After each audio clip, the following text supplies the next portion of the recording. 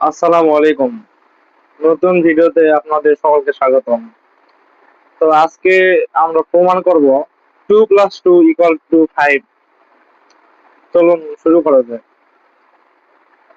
2 + 2 = 5 এটা কেমনে হয়? তো আমরা ধরি ধরি 0 = 0। এখন যদি আমরা 20 - 20 বিয়োগ করি = 0 হয় এবং 25 - 25 = 0 হয়।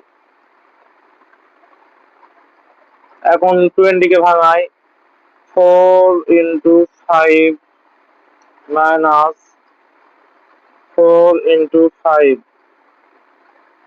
equal to 5 × 5 minus 5 × 5।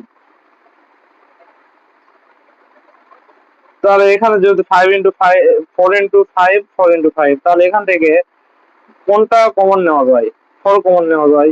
তাহলে 4 যদি কমন নেই আমরা থাকে হলো 5 - 5 ইকুয়াল এখানে যদি আমরা 5 × 5 5 × 5 থেকে 5 যদি কমন নেই তাহলে থাকে 5 - 5। এখন যেহেতু এই যে পক্ষ আর এই উভয় পক্ষ সমান তাহলে অতএব কাটা।